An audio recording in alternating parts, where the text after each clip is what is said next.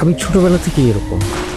আমি আস্তে আস্তে বড় হতে হতে জেনেছি যে আমি একজন কালো মানুষ, আমি একজন অপয়া মানুষ, আমি একজন অলক্ষণে মানুষ, আমি একজন কুফা।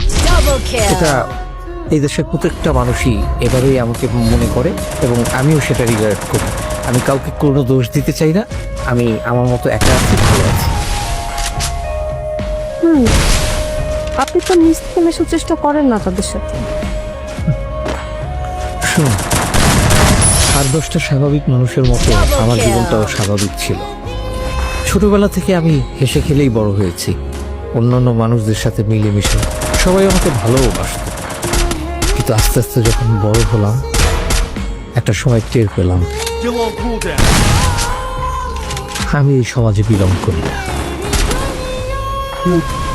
কেউ আমাকে ভালোবাসবে না, কেউ আমার সাথে মিশবে না, কেউ ভালো ব্যবহারও করবে না। বঞ্চনা, উপেক্ষা, অবজ্ঞা এগুলোই আমার জীবনের প্রাপ্য।